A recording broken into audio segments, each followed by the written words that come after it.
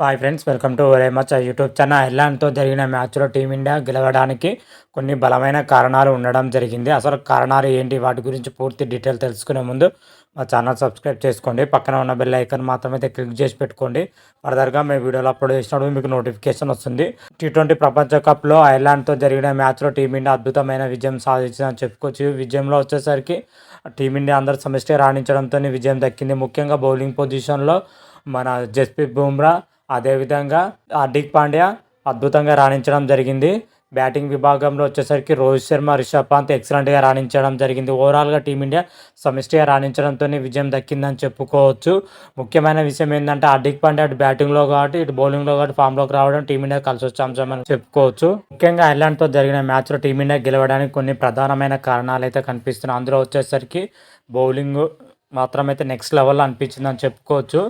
ముఖ్యంగా టీమిండియా బౌలర్ల విషయానికి వచ్చినట్లయితే మ్యాచ్లో వచ్చేసరికి జస్ప్రీత్ బుమ్రా మాత్రమైతే చెలరేగి బౌలింగ్ వేయడం జరిగింది. ముఖ్యంగా 3 ఓవర్లు వేసి కేవలం 4 పరుగులు ఇచ్చి 2 కీలకమైన వికెట్లు తీయడం జరిగింది.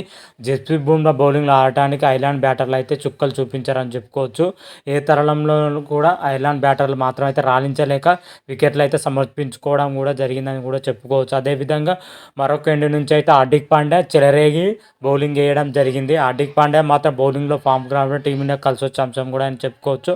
సూపర్గా అంటే సూపర్గా వేయడం జరిగింది. హార్దిక్ పాండ్యా 4 ఓవర్లు వేసి 24 పరుగులు ఇచ్చి 3 కీలకమైన వికెట్లు తీయడం జరిగింది హార్దిక్ పాండ్యా.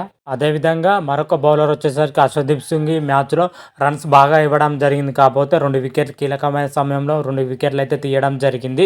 అదేవిధంగా వారితో పాటు సిరాజ్ కానీ ఓవరాల్గా చూసుకుంటే పేస్ బౌలింగ్ మాత్రమైతే సత్తా చాటారని చెప్పుకోవచ్చు. అదే ఈ మ్యాచ్లో వచ్చేసరికి స్పిన్ బౌలింగ్ మాత్రమైతే కేవలం 2 ఓవర్లు మాత్రమే ఇవ్వడం జరిగింది. అందుకే స్పిన్ బౌలర్ అతి రాణించలేదని చెప్పుకోవచ్చు.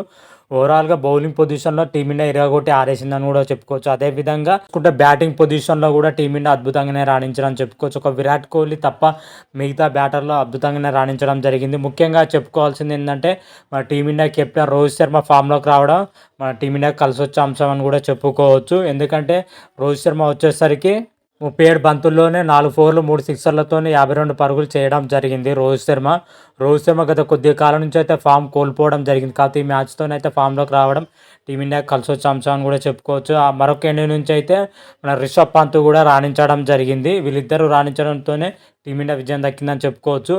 టీమిండియా బ్యాటింగ్ పొజిషన్లో మాత్రమైతే ఐర్లాండ్ బౌలర్పై ప్రతిదాడి చేసిరని కూడా చెప్పుకోవచ్చు ఈ పిచ్ పైన. అదేవిధంగా మరొక కారణం వచ్చేసరికి మెయిన్గా టీమిండియా కెప్టెన్ రోహిత్ శర్మ తీసుకున్న నిర్ణయాలు మాత్రమైతే నెక్స్ట్ లెవెల్లో అనిపించాయి. అటు బౌలింగ్ పొజిషన్లో అయినా బ్యాటింగ్ పొజిషన్లో అయినా.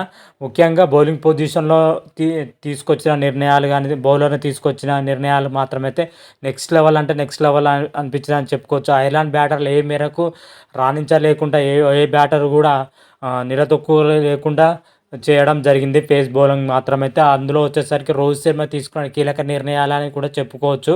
ముఖ్యంగా హర్షదీప్ సింగ్ కానీ మొహమ్మద్ సిరాజ్ కానీ జస్ప్రీత్ బుమ్రా, హార్దిక్ పాండ్యా పేస్ బౌలింగ్ తీసుకొచ్చేటప్పుడు అలా నిర్ణయాలు మాత్రమైతే నెక్స్ట్ లెవెల్ అనిపించాయి.